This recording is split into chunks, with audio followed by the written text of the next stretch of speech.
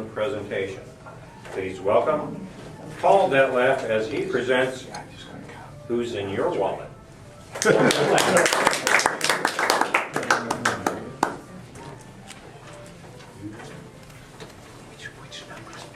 Excuse me.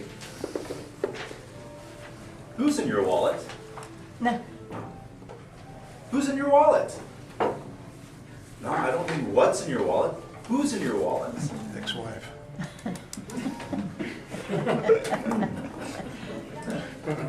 You believe in protecting your assets? Yes? Yes. You have insurance for life, hopefully. You have insurance for your automobile. You have health insurance, hopefully. But what about your most important asset? Your identity. You ever think about that? For some people, that is so horrific. But for somebody who has had their identity stolen, it's quite the opposite. It's a nightmare. They lay awake at nights. How would you like it if you had to lay awake at night because somebody stole your identity? I know. You're one of the thousands out there that says, well, I wish somebody would steal my identity. I don't have a penny to my name. My credit's terrible. Do you realize that only 27% of all identity thefts have to do with financial issues? Now, most people at this point would say, really? If I need to, I'll be the other person. I'll be Really? you. Really? Yeah. Can you Really? Or- That means there's 73% other things out there. Ever wonder what those other things might be? Yes. Yes. Hell, I would be happy to tell you.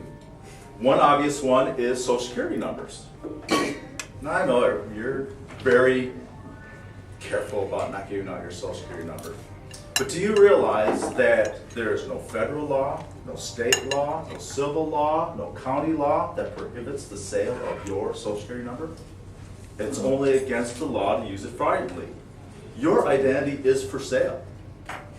Now they claim that they're very careful who they sell this to. You're going to tell me that a very sophisticated criminal organization doesn't know how to go around that?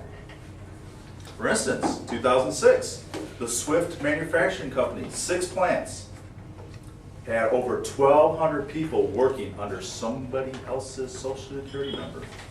How do you know it wasn't yours? Lady in Chicago goes to get a job at Target.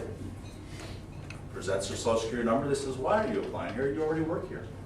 Oh. Well, upon investigation, she had 27 other jobs around the country, and not one of them was paying taxes. Guess who was getting the tax bill once they tracked her down? What if that was you? Nightmare. Definitely not so perfect. Woman in Texas gets a phone call saying, social services coming to visit you to possibly take your children away. The baby you just had has been tested positive for narcotics. But I haven't had a baby in 4 years. Yeah, right, ma'am. We're coming to take your kids. Is that a nightmare? Yeah. What about, let's make this closer to home. Apopka, last year, a woman was arrested in front of her kids for prostitution and dealing in drugs. Not because she had given her Social Security number away, but because a college roommate had swiped her driver's license. That's another area of theft, the driver's license. What can you do with the driver's license? All kinds of things. What about your insurance information? I'm afraid I might have AIDS. I don't want that on my record. Jeremy, I'm going to swipe your insurance card. I'm going to go get the test done. And all of a sudden, you're getting a letter from your insurance company saying, you're a high-risk individual, we're dropping your insurance. Whoa. Because you tested positive for AIDS. I told you that was going to happen. How about my friend Brett? Just a couple months ago, I was driving down the road, going to basketball games with his buddies, and a cop pulls him over because his tail light is out. No problem, he hands over his driver's license and registration. Next thing you know is get out of the car and put your hand on the hood. What? What do you do about things like this? How do you protect yourself? Now, the financial, I'll be honest with you, our financial institutions are well aware of the #1 fastest growing crime in the world. That's identity theft. Our financial institutions are doing a very good job limiting your liabilities, keeping track of credit card expenses and calling you saying, is this you? Did you really do this? But that's only 27% of the issues. How do you know if your social security number has been stolen or sold? How do you know if somebody has your insurance information? How do you know if somebody has taken a copy of your driver's license? How do you know if somebody is receiving your mail? Now, I know you're an honest person, and you wouldn't use this in a bad way. So I'll tell you some easy ways to get identity theft. I find out that you just had a baby. I wait a couple days and I call you. Oh, congratulations, we're so happy that you had this baby.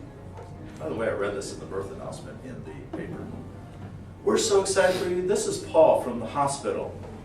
And all the excitement, we forgot to get some information from you to make sure that your birth certificate is handled properly. Can you please verify this information? Mother's maiden name, your social security number, your date of birth, name of the father, your social security number. Guess what I just did? You're so excited about the baby and you want everything to be right, you just handed your life over to somebody. Another way. I keep an eye on when bills are coming and things are coming to your house. I walk down to the post office and I put in a change of address notice. Temporarily have all your mail forwarded to me. And about a week later, I just change it back. You just think, well, that's really weird. I didn't get mail for a week.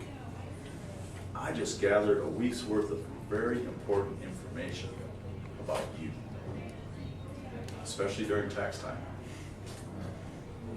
One more example. I open the newspaper and I see that there's a death announcement. Grieving widow or widower. Oh, I'm so sorry. This is the Department of Statistics. I'm so sorry that's happened. We just need to verify a couple of things about this death. A person who is grieving is not thinking totally rational all the time. And they, many times, just hand over all this wonderful information. Do you realize that a dead person, I can use their social security number and do all sorts of things before they even realize he's dead or she's dead? I can buy a house, I can get a car, I can get credit, I can do all sorts of things. The information doesn't mesh that fast. How do you know that it's not going to happen to you? What can you do about it? Glad you asked.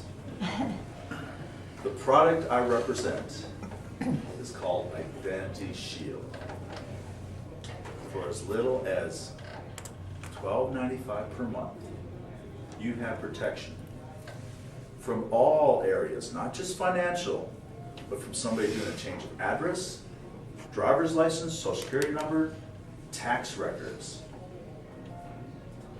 Kroll, the #1 risk management company in the world, will monitor your information.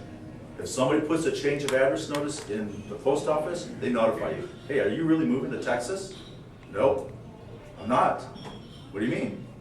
Thank you. Will you please just sign this power of attorney? We'll take care of it for you. They send you a note, right? They send you an email. And if they can't get a hold of you, they will send you a note. That is correct. Personal story. My wife and I went and we got motorcycle endorsements on our license, driver's license. We got home. In that day, there was an email to us saying, there's been activity on your driver's license. If that was not you, notify us immediately. How do you protect yourself? You get insurance, just like you do for everything else. $12.95 a month, you have peace of mind, and you have somebody working for you. Got a pen right here? Got an application right here? It's get you started. Thank you. All right.